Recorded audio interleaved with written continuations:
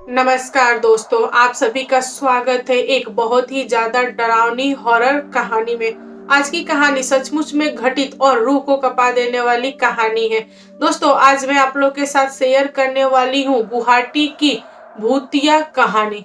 गुवाहाटी में एक आदमी के साथ बहुत ही ज्यादा खतरनाक वाली घटना घटित हो गई। जिनके साथ ये घटना घटित हुई है उनका नाम है शंभू शरण सिंह जी। शंभू शरण सिंह जी कभी भी विश्वास नहीं करते थे कि भूत प्रेत वगैरह होता है। उनका मानना है कि यह सब दिमाग की उपज है। लेकिन ये सब कुछ में होता है, ये उन्होंने बहुत ही बाद में रियलाइज किया, और जब रियलाइज किया तब उन पे बहुत भारी बीती और वे आज तक इस घटना को भूल नहीं सके हैं। तो चलिए बिना देर किए इस कहानी को स्टार्ट करते हैं।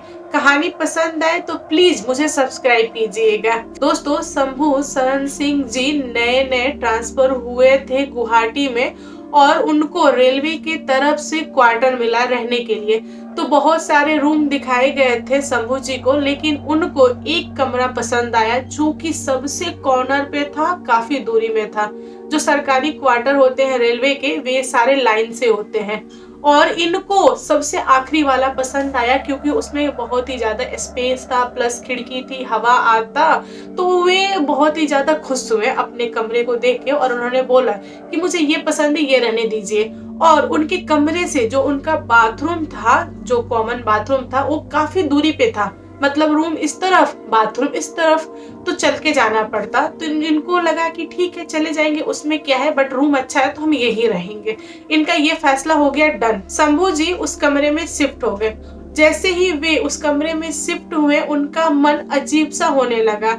उनको अच्छा नहीं लग रहा था, उदास उदास टाइप से मन लग रहा था। तो उनको लगा कि मेरा अभी ट्रांसफर हुआ है इसलिए ऐसा लग रहा है, धीरे धीरे नॉर्मल हो जाएगा। और शंभू जी को बुक पढ़ने की बहुत ज्यादा शौक था, तो वे बुक पढ़ते थे, रात में भी बुक पढ़ते थे, दिन में मौका मिला तो दिन में भी पढ़ लिया।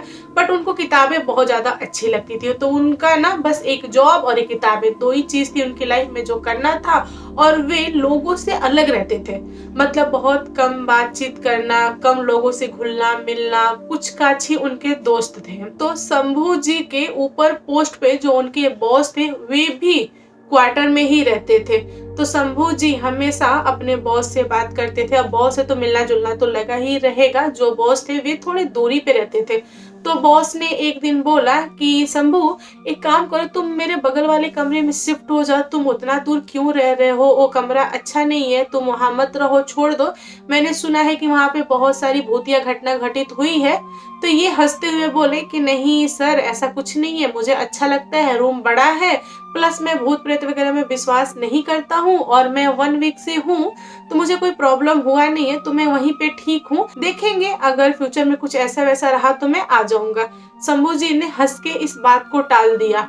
तो बॉस ने बोला जैसे तुम्हारी मर्जी। दोस्तों, शंभू जी को गुवाहाटी में आए हुए 1 महीने हो गए थे, और शादियों का मौसम था। बहुत सारे लोग इनवाइट करते थे शादी में, बट शंभू जी बोलते थे कि नहीं, मुझे कोई रुचि नहीं है शादी वगैरह में, मैं रात में जल्दी सो जाता हूँ। मतलब ये टाल देते थे।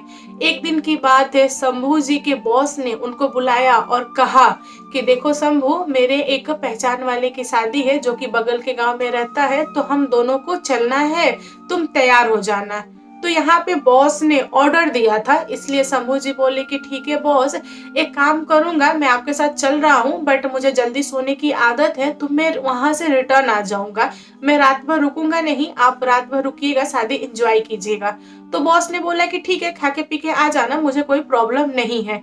फिर ये दोनों लोग तैयार हुए और चले गए बारात में। जो बारात थी वह लेट आई। खाना पीना इन लोगों ने खाया, शंभू जी ने थोड़ा सा चढ़ा लिया। उसके बाद बॉस से इजाजत लेके चल दिए बारात से। तो रास्ता जो था एकदम सुनसान था, और कोई भी गाड़ी वगैरह चल नहीं रही थी। तो शंभू जी ने सोचा कि मात्र 2-3 किलोमीटर की दूरी पे मेरा क्वार्टर है, और मैंने खाना भी ज्यादा खा लिया है, तो पैदल चल लेता हूँ, खाना भी पच जाएगा और मैं क्वार्टर पहुंच भी जाऊंगा। तो शंभू जी ने ये प्लान किया और वे चल दिए। रास्ता काफी सुनसान था, आवाजें भी अजीब तरह की आ रही थी।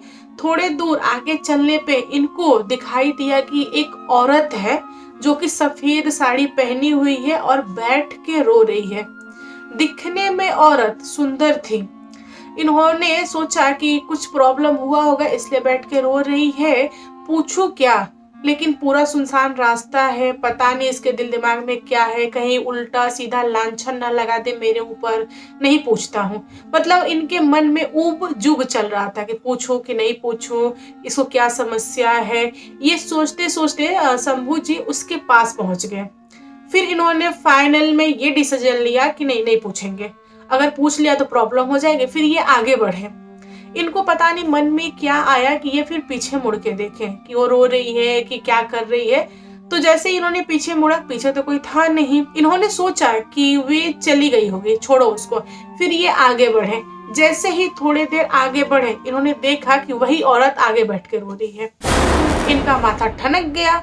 फिर इन्होंने सोचा कि नहीं नहीं नहीं, वो कैसे हो सकती है, वो नहीं होगी, ये कोई और होगा। फिर ये थोड़े से आगे बढ़े। फिर इन्होंने देखा, अरे ये तो वही औरत है जो बैठ के रो रही है। फिर इन्होंने सोचा कि ये मेरा ना भ्रम है, कोई औरत रो नहीं रही है, मैंने आज थोड़ा ज्यादा चढ़ा लिया है इसलिए मुझे ऐसा लग रहा है, मुझे आगे चलना चाहिए। इन्होंने फिर उस औरत को टोका नहीं, ये आगे बढ़े। फिर कुछ दूरी पे वही औरत तिबारा मिली। अब इनका जो सर था ना वो दुखने लगा था, और ये इन्होंने ठान लिया था कि मैं उससे पूछूंगा। और ये चल के आए उस औरत के पास, आके वहां पे खड़े हो गए और चुपचाप उस औरत को देख रहे हैं। और जो औरत थी वो रोए जा रही थी, रोए जा रही थी। फिर पता नहीं इनके मन में क्या आया कि इन्होंने उससे कुछ पूछा ही नहीं। फिर शंभू जी आगे बढ़े और अपने क्वार्टर तक आए, गेट खोला और उसके बाद ये बेड पे लेट गए। और लेटने के बाद से ये बस एक ही चीज सोच रहे हैं कि वो जो औरत थी आखिर रो क्यों रही थी, मैंने गलत किया क्या, मुझे पूछना चाहिए था, कहीं वो बेसहारा हो, मुझे उससे पूछना चाहिए था, लग रहा है कि मुझसे गलती हो गई, अब क्या करें, उसके पास जाऊं क्या कि रहने दूं। मतलब बस ये वही सोच रहे थे। फिर इन्होंने आखिरी में फैसला लिया कि जाने दो, मैं नहीं जाऊंगा, मैं सोता हूँ। इन्होंने आंख बंद किया। आंख बंद करने के बाद से मात्र 2 सेकंड बीते थे कि इनको महसूस हुआ कि इनके सर के बगल में, एकदम सर से सटे हुए में कोई आके बैठ गया है। अब इन्होंने अपनी आंखें खोली। इन्होंने जैसे ही आंखें खोली, जो इनके बगल में बैठा था सर के पास, उसने इनका सर ऐसे बहुत तेज का पकड़ लिया, पूरा का पूरा ये वाला माथा पकड़ लिया। अब ये हिला नहीं पा रहे हैं सर, ना आगे ना पीछे, कहीं भी नहीं। और ये अपनी आंखों से उसको देखने की कोशिश कर रहे हैं कि आखिर वो इंसान है कौन जिसने मेरा सर पकड़ा हुआ है। बट इनकी जो आंखें थी ना वो ऊपर नहीं जा पा रही थी, वो देख नहीं पा रहे थे उसको। फिर इन्होंने क्या किया, अपने दोनों हाथ ऐसे उठाए और वो जो इनका माथा पकड़ा हुआ था ना उसका हाथ इन्होंने ऐसे पकड़ा हुआ है, छुड़ाने की कोशिश कर रहे हैं, फिर भी छूट नहीं रहा है। बहुत टाइम तक ये झिक झिक झिक झिक चली और ये इतने डरे थे, इतने डरे थे कि इनकी हालत खराब, पूरे के पूरे पसीना में लथपथ हुए हैं, बट छूट नहीं रहा है। फिर 5 मिनट बाद इनको महसूस हुआ कि कुछ तो है जो मुझे परेशान कर रहा है। फिर इन्होंने हनुमान चालीसा पढ़ना स्टार्ट कर दिया। जैसे ही इन्होंने हनुमान चालीसा पढ़ा, इनका सर हो गया हल्का। फिर ये उठे, गेट खोले और भागे, पीछे भी नहीं देख रहे हैं। भागते भागते पूरा का पूरा क्वार्टर पार कर लिए और बाहर आके सड़क पे बैठ गए। और ये पसीना से लथपथ थे, इनको सांस नहीं आ रही थी। रात के बज रहे थे 3, साढ़े 3। इन्होंने ठान लिया था कि मैं उस कमरे में नहीं जाऊंगा, पूरा का पूरा रात बाहर ही बैठा रहूंगा। ये जो घटना घटित हुई थी ना, ये 2, 2:30, 3 के आसपास की घटना है। इनका दिमाग काम नहीं कर रहा था। वहीं सड़क पे एक पुल बना हुआ था, तो ये उस पुल पे बैठ गए और इनको नींद नहीं आ रही थी, इनको बेचैनी थी। इन्होंने सोचा कि जब तक सुबह नहीं हो जाएगा तब तक मैं क्वार्टर में पैर नहीं लगाऊंगा। ये वहीं पे बैठे रहे। जब सुबह के 4:30, 5 बज गए, सूर्य की रोशनी आ गई, तब इन्होंने देखा कि सामने वाला जो घर है ना, जहाँ पे बहुत सारे गाय भैंस वगैरह पाले गए हैं, वह ग्वाला उठा है और अपनी गाय को चारा वगैरह दे रहा है।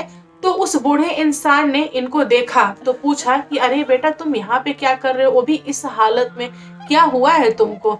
तब इन्होंने सारी की सारी घटना उस बूढ़े इंसान को बताया। तो वह बूढ़ा इंसान हंसने लगा और बोला कि बेटा, तुम्हारी किस्मत अच्छी है कि तुम बच गए।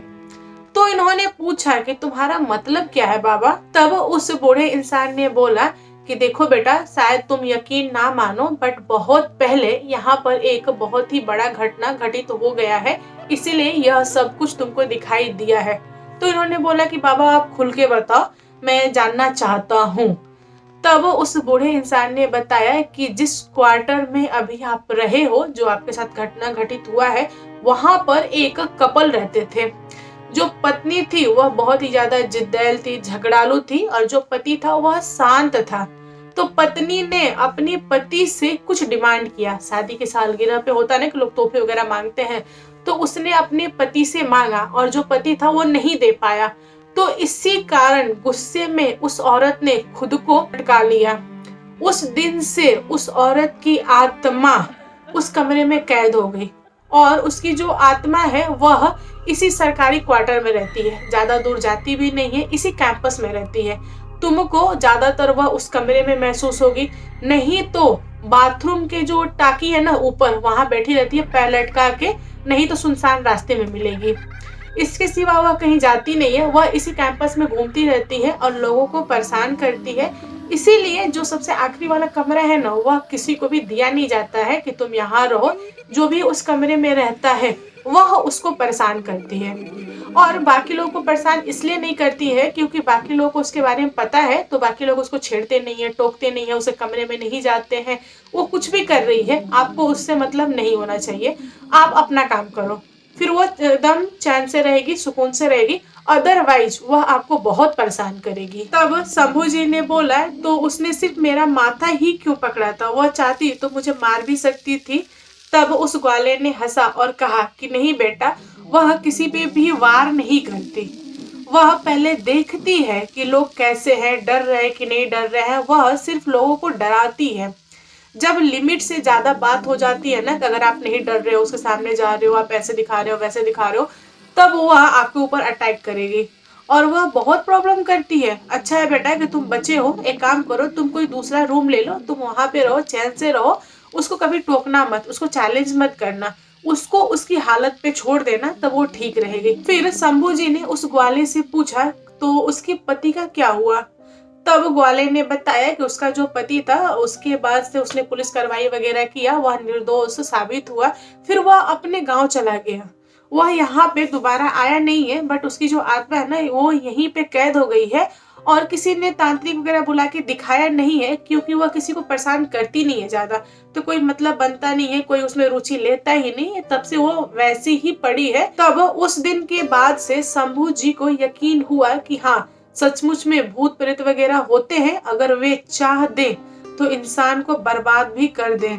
शंभू जी इस बात को भूल नहीं पाए, क्योंकि उनका पाला एक ऐसी भूतनी से पड़ा था कि उनके पसीने तक उसने छुड़ा दिए थे। तो दोस्तों, आप लोग बताओ, आप लोग को कैसी लगी आज की कहानी पसंद आए तो लाइक एंड शेयर कीजिएगा, और मेरे चैनल पे न्यू आए हो तो चैनल को सब्सक्राइब करना। Thank you, bye bye.